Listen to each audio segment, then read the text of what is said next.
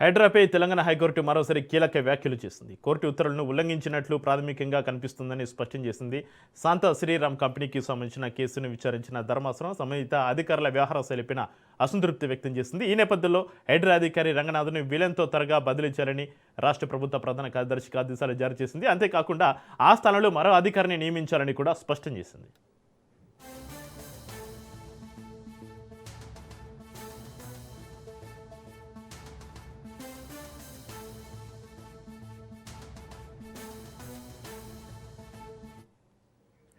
హైడ్రాపై Telangana high court మరోసారి కీలక వ్యాఖ్యలు చేసింది. కోర్టు ఉత్తర్వులను ఉల్లంఘించినట్లుగా ప్రాథమికంగా కనిపిస్తుందని స్పష్టం చేసింది. శాంత శ్రీరామ్ కంపెనీకి సంబంధించిన కేసును విచారించిన ధర్మాసనం సంబంధిత అధికారుల వ్యవహార శైలిపైన అసంతృప్తి వ్యక్తం చేసినట్లుగా తెలుస్తుంది. ఈ నేపథ్యంలో హైడ్రా అధికారి రంగనాథ్ను వీలెంతో త్వరగా బదిలీ చేయాలని రాష్ట్ర ప్రభుత్వ ప్రధాన కార్యదర్శికి ఆదేశాలు జారీ చేసింది. అంతేకాకుండా ఆ స్థానంలో మరో అధికారిని నియమించాలని కూడా స్పష్టం చేసింది కోర్టు.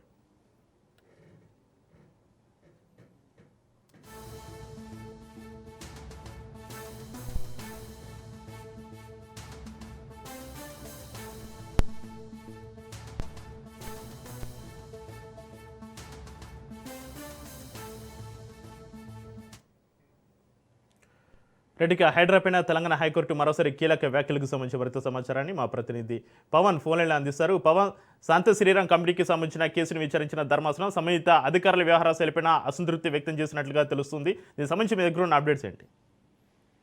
హైడ్రాపై మరోసారి హైకోర్టు కీలక వ్యాఖ్యలు చేసింది. ఎందుకంటే కోర్టు ఉత్తర్వులను ఉల్లంఘించి జరిగిందని చెప్పి కూడా ప్రధానంగా ఇందులో కోర్టు చాలా కీలక వ్యాఖ్యలు చేసింది. అంతేకాకుండా శాంత శ్రీరామ్ కన్స్ట్రక్షన్ సంబంధించిన కేసులో హైకోర్టు తీర్పు కాపీలను కూడా ఇందులో అంశాలుగా పేర్కొంది. ఎందుకంటే హైడ్రా కమిషనర్ కోర్టు ఉత్తర్వులను ఉల్లంఘించారని చెప్పి కూడా చాలా స్పష్టం చేసింది.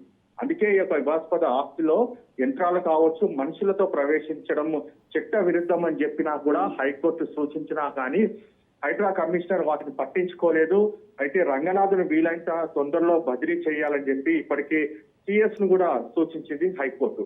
అయితే ఆ అధికారి స్థానంలో మరొక అధికారిని కూడా నియమించాలని చెప్పి ఇప్పటికే హైకోర్టు ఆదేశాలు ఇచ్చిన నేపథ్యం కూడా మనం చూస్తున్నాము. అయితే ఈ మేరకు చూస్తే మాత్రము టాటా మోహన్ రావు కేసులో సుప్రీంకోర్టు ఉత్తర్వులను కూడా ఇందులో ఉదాహరణ కూడా హైకోర్టు సూచించింది. అయితే శిక్షించడంలో కాకుండా క్షమించడంలోనైనా చట్టం యొక్క ఔన్నత్వాన్ని ఉందని చెప్పి కూడా ఉత్తర్వులో పేర్కొన్న పరిస్థితి కూడా చూస్తున్నాము.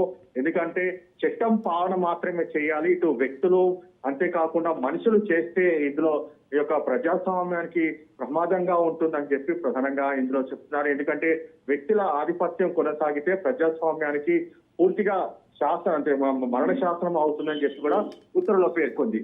అంతేకాకుండా దీనికి సంబంధించి వెంటనే హైడ్రా కమిషనర్ ను బదిలీ చేయాలి అని చెప్పి ప్రధానంగా ఇందులో ఇప్పటికే హైకోర్టు సూచించిన పరిస్థితి కూడా చూస్తున్నాం. మొత్తానికి ఓవరాల్ గా చూస్తే దీనిపైన ప్రభుత్వం ఎలాంటి నిర్ణయం తీసుకుంటుంది దానిపైన కూడా వేచి చూడాల్సిన పరిస్థితి కూడా కనిపిస్తుంది.